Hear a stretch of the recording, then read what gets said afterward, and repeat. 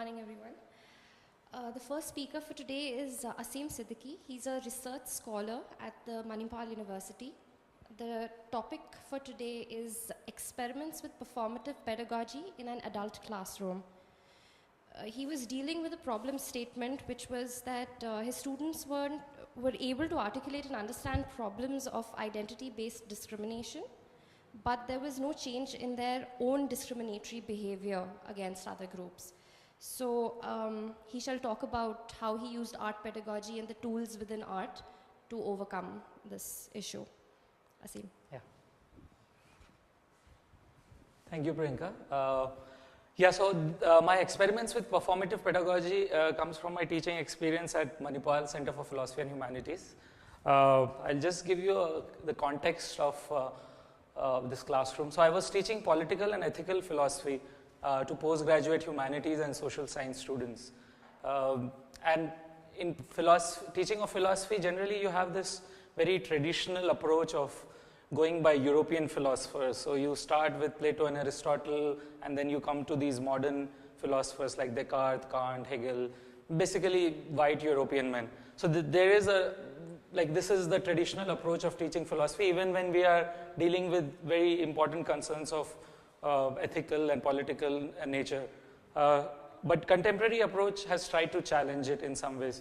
So what we try to do is to begin with current socio-political conflicts, and then not only bring insights from European philosophy, which are important, but also from Indian, Chinese, Arabic philosophy, from other scholars like feminist scholars, race scholars, caste scholars.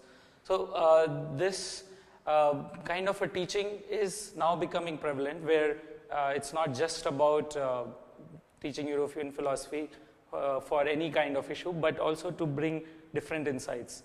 And in my context, when I was teaching issues of political and ethical nature, one of the key topics that were discussed were discrimination and exclusion based on identities of gender, caste, religion, class, race, sexuality, language, nationality, and abilities.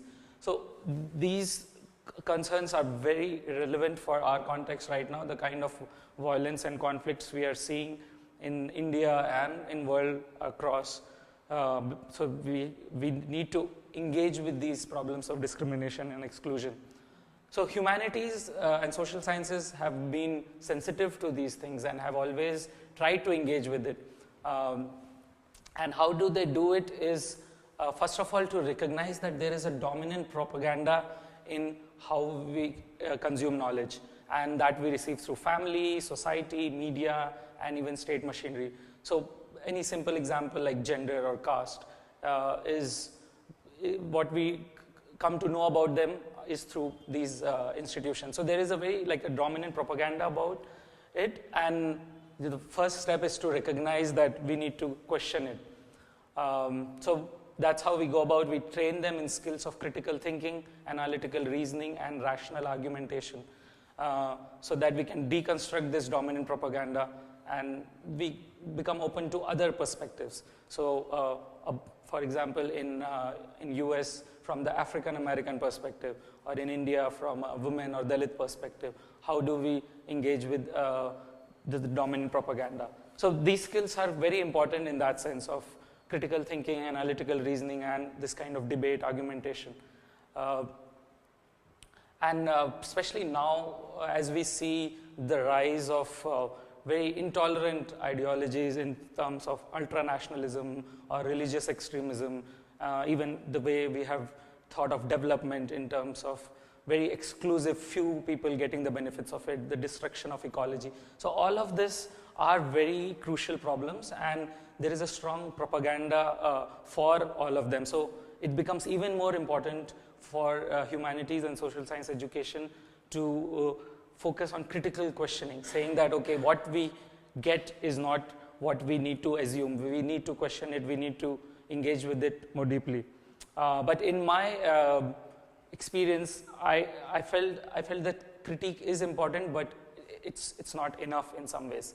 So that's what I kind of drew out limitations of this purely critical approach in humanities and social sciences. The first of it is the lack of emphasis on translating theory into practice. So a lot of times we are able to say the best politically correct things that, oh yes, we all vouch for gender equality, we all vouch for religious equality, but when it comes to our own practice, we are not able to change them. Because these practices are inherently built in us through years and years of habits. And it cannot be just like a switch that, oh, today I get to know what's the right thing and tomorrow I start practicing it. So practice is a domain, is a very rich and dynamic domain. We cannot just think that, oh, once you are able to change the thought, the practice will automatically change. So that is one of the limitations. Another problem with this kind of critical approach is what feminist philosopher Carol Gilligan and Nell Nodding say, poisonous pedagogy. So poisonous pedagogy is when the teacher take this high moral stand and say, oh, I'm going to teach you what is the right thing, especially in ethical and political philosophy. This is the right thing. And when you hear, students obviously don't know about these political correctness norms, and then you take a high moral ground and maybe ridicule them, humiliate them, and say, oh, you are a sexist or racist or casteist. All of these labels you get thrown around very easily in classrooms, and that doesn't really help in learning. It kind of blocks learning. And that happens even in society in general, you know that, right? We keep saying, oh, this person is communal, this person is this, that. Like labels keep getting thrown around all the time. But does that help us in learning, or does that block our learning? So that is another observation that I found. And the third one is that, again, this idea of rational debate, rational argumentation seem to be very important for humanities, but is it possible without any prior kind of effort in making a classroom a space where people trust each other, people are able to engage in that kind of a debate? So there is this assumption that suddenly we all get in a classroom and start deliberating rationally, and especially with issues of caste, religion, and gender, which are very personal issues. You cannot just hope that this is available, a safe space of trust and empathy. So that needs to be developed by the teacher, and there has to be an emphasis on that. Another very important problem happens is when we appropriate lived experience of others. So we think that now we know about what the other is, and then we start appropriating it. So I found this image very interesting in Edible India, how gender discourse gets appropriated by men. You can just take a time to read it.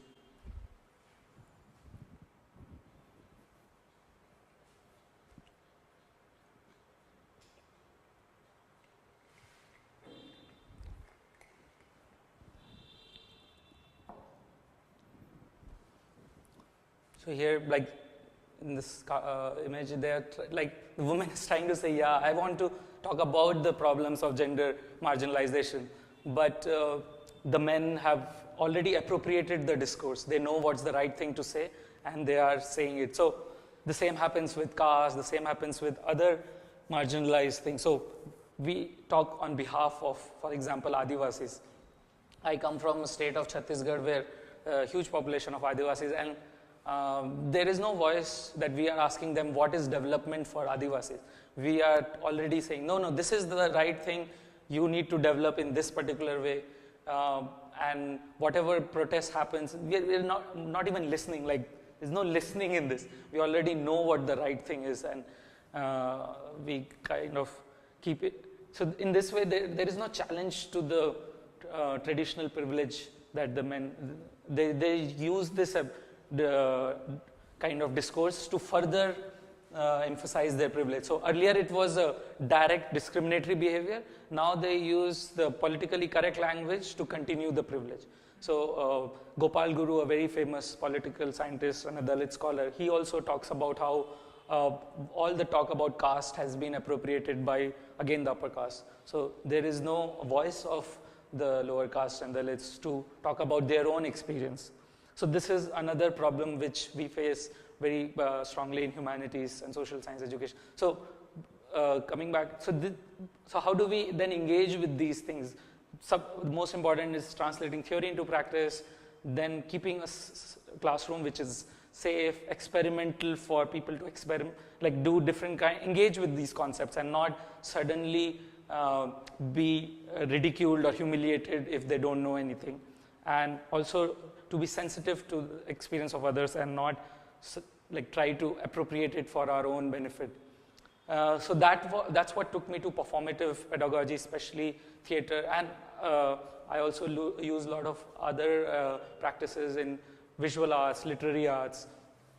So my main aim was to how do you translate them into practice, these concepts of gender and caste equality. It's very easy to talk about them, and we not only need rational debate, but engagement with emotions and lived experience and bringing them into our own practice of every day. So how do we live in our homes? If we go back to our home and we practice the same patriarchal norms with our mother or wives and sister, and so what's the point of knowing all of this, right? So it's not just about understanding, but it's about living it.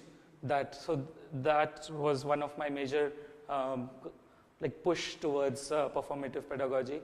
And another very important thing was to realize that classroom space has to be constructed as a trustful and safe space. It's not available to us. We cannot assume that it's just there. We need to work on it to build that trust among students and with the teacher, so that there is a belief that we can go ahead with it. We can do experiments and we will not be humiliated for it or will not be ridiculed. So my major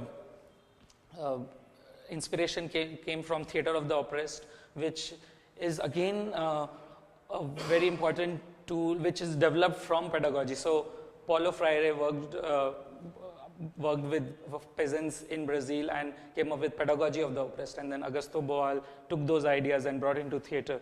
So in that sense, theatre and pedagogy are very intimately linked in this kind of format. And Theatre of the Oppressed games are about bringing out stories from one's own experience and to be able to engage with emotions in classroom. That is another thing which we have completely sidelined in this whole emphasis on rational argumentation, that there are so many emotions, especially as I was speaking about gender, caste. These are very personal things and there are emotions associated with it.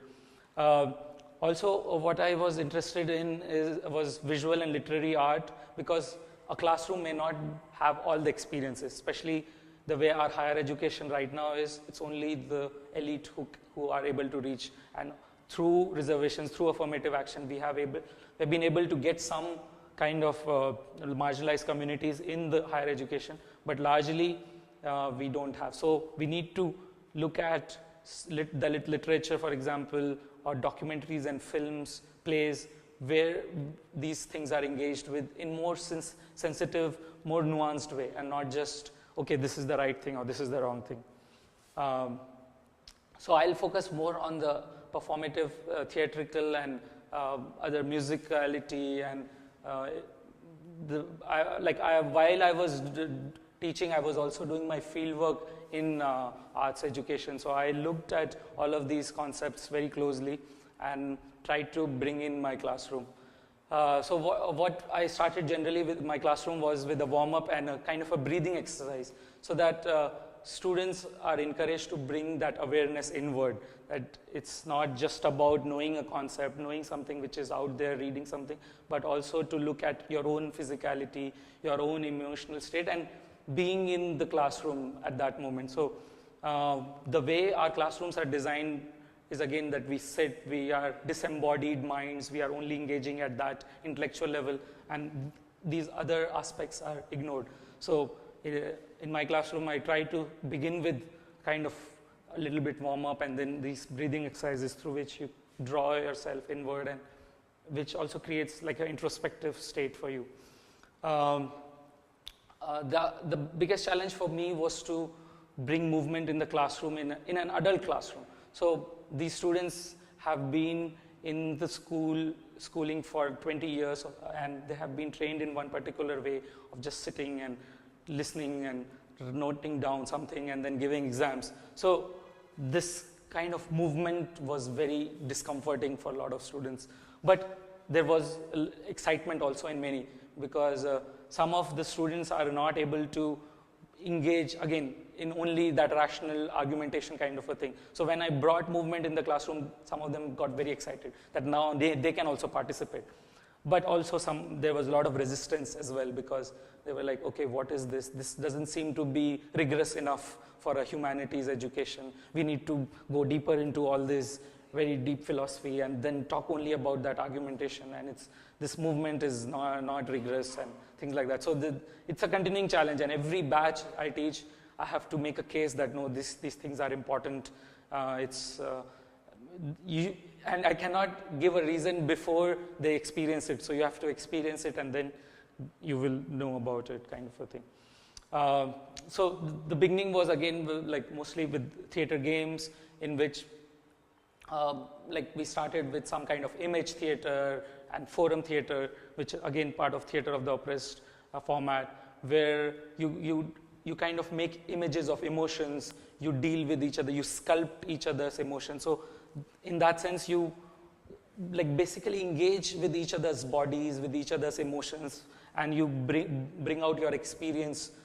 So those things which are largely ignored, because you talk in third person's perspective. You are not encouraged to talk about, oh, I experienced this. You have to talk about in this very objective third person's perspective, which I think is a problem when we are talking about emotions and when we are dealing with each other's like in a very, very embodied way. And I think this was very important to build that kind of a trust and safe space also, because when you are only debating in this very distance, rational way, there is a lot of again a distance. But when you move, when you touch, when you do different things together, there is some kind of a fellowship that builds up, and you begin to trust each other, and there is more of that, okay, we are in it together. It's not that I have to put down the other to make my argument, but we have to go in it as together. So again, it was not that I was just doing performative pedagogy, but to make a very close alliance with the textual and theoretical engagement in humanities and social science literature. So humanities and social science, again, it's not that it's been completely about rational debate. There is internal kind of critique of that. So a lot of feminist kind of philosophy talks about this idea of performativity, the negligence of emotions, and these are all then made that, oh, emotions are related to women, and then everything is marginalized in that sense. So now when we have speaking and listening to the marginalized communities, we are also getting a different kind of a literature. My attempt was to bring that literature from these marginalized contexts, like even Indian philosophy, Chinese philosophy, African philosophy. There are many interesting insights from there, which generally we don't talk about, because philosophy classes are about European men. So that, if you challenge that, then you can also see that, oh, there is a relation between what I'm trying to bring through performative pedagogy and the theories that have come from race scholars or feminist scholars. So the idea was to then, again, to bring this in your practice. How do you take a concept and try to bring it in your practice?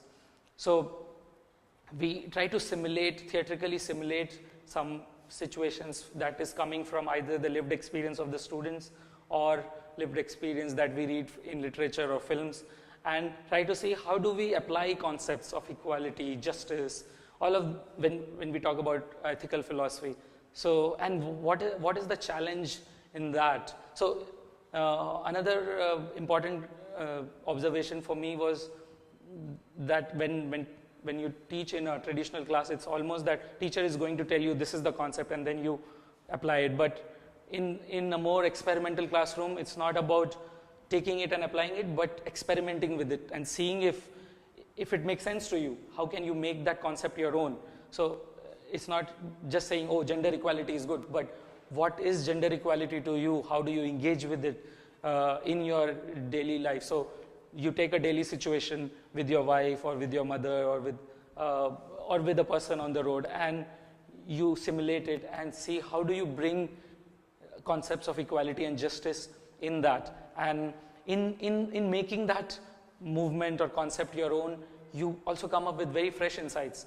So the traditional model of humanities research is that through argumentation you come up with new insights. So you challenge this argument, and there's a dialectical reasoning which brings you insights, which is important.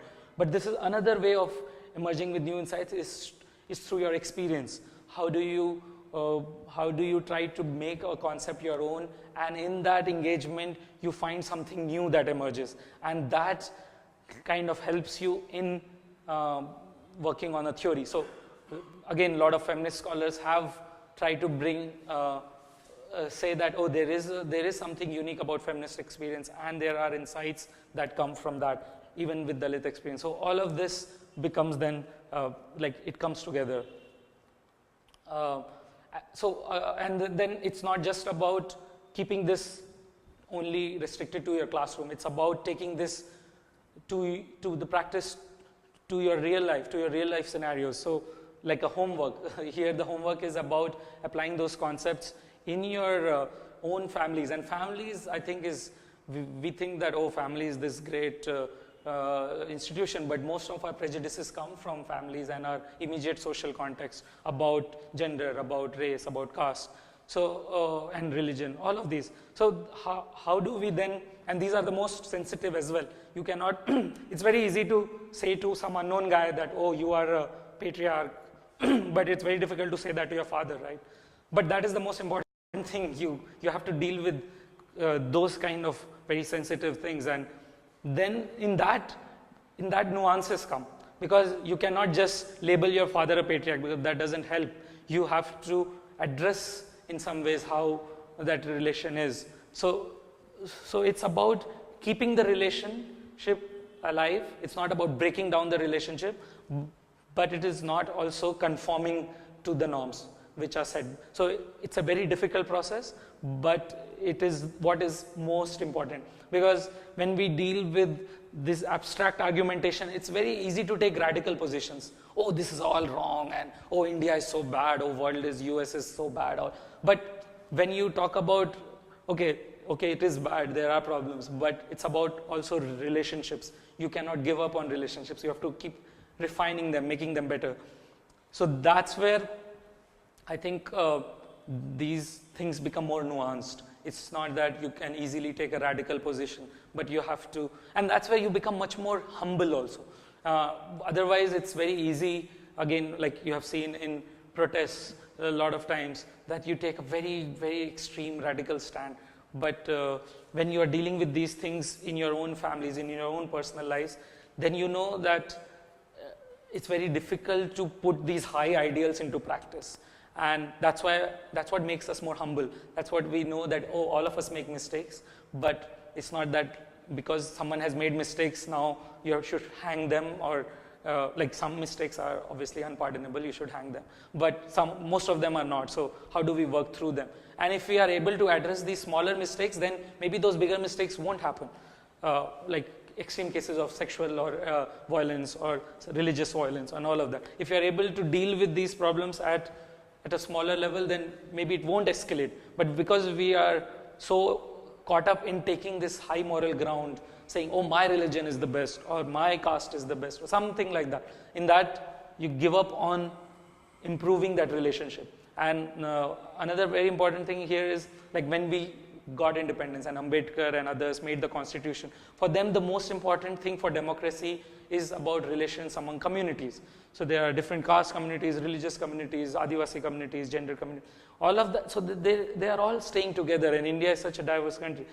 So how do you refine those relationships? Okay, those relationships have not been the best throughout history, but how do you make them better, rather than saying, oh, these upper caste men have been wrong, so we can all kill them, and then suddenly something like some utopian idea, which will never happen, right?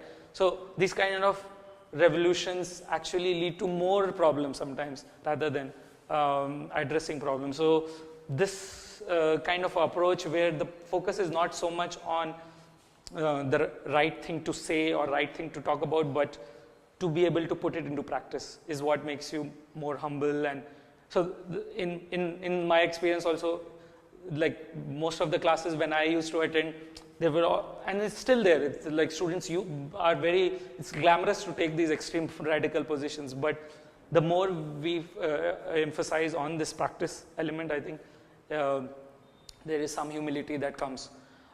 So again, at the end of the exercise, they were cool down, and then again a breathing exercise to say, okay, how do we look at all of this from an inward context and not just keep looking at the problems as something out there. So even when we talk about gender inequality, it seems that, oh, it's happening somewhere in rural parts of India, and it's not that I am involved in it or something. I am like all so-called liberal men think, oh, we are all very gender equal and all that. But it's about recognizing your own privileges, and also where you have faced discrimination and exclusion in some ways. So I think that aspect is really important, and it's very difficult to recognize privilege in some ways. So these kind of contemplative exercises are also important apart from the performative one. And then through my last 3 years of teaching and research, I have kind of come up with some exercises which are drawn from art pedagogy and contemplation models, like breathing exercises and observing your breath and thought. It's also to train your aesthetic sensibilities and desires. So these ideas I strongly kind of draw from Tagore. So Tagore talks about how we have these false desires and true desires, and false desires can be trained towards true desires. It's not that we have to give up on desire, which a lot of like aesthetic models say that, oh, give up on desire, become yogi and all that. But a more aesthetic approach is to say that desires are important, but you have to train your desires. So there are false desires of for example, oppression, or you want to subjugate someone, or you want to oppress, or you want to sexually violate someone. All of these, or even consumerism, you can say in some senses, like false desires. And so how do we train desires? And this is again something which we don't engage in our classrooms. Desire is something which is always, oh, we cannot deal with it. Oh, there are a lot of tensions to talk about desire. But through these aesthetic approach, there is a possibility that we are able to train. So through watching a lot of, for example, good films, good visual art, watching plays, reading good literature, you train your sensibilities. And again, not just reading and watching, but also bringing it in your own everyday kind of life. So how do you bring some kind of aesthetic approach in your everyday existence? The way you cook, the way you take care of the house, or the way you deal with people, all of that has a possibility of some kind of an aesthetic approach, where it's not just about the instrumental benefit that you get from it, but also about how you do it, not just what you do it. And that these training of desires are very deeply intertwined with unethical and violent behavior also.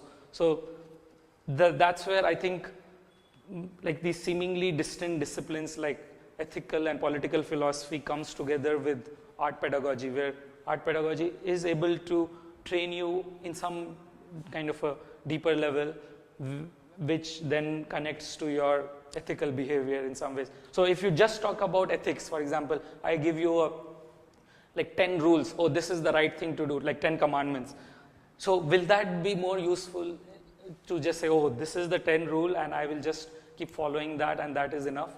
Or do I go through a different approach where I train you as a person, as a whole person, where your behavior towards people, everything becomes much more, in some ways, much more humble, much more aesthetic. So that was my intention with bringing performative and art pedagogy into the classroom. And further, my attempt is to keep working on this intersection. So as we said, we acknowledge the importance of traditional skills of critical thinking and questioning, especially in present day, where there's so much propaganda on nationalism, development, all of that. But how do we bring that together with performative and contemplative engagement, which seems to be right now neglected completely in our curriculum, in our pedagogy?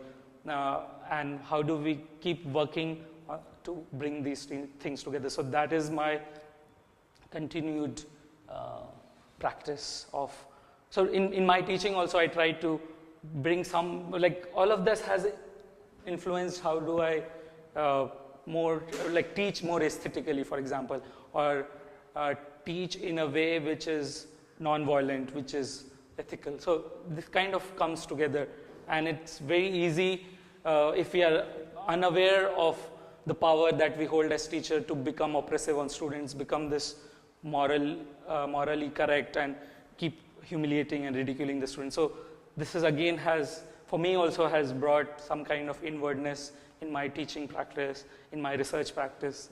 So yeah, I think that's all I had to share. Thank you so much.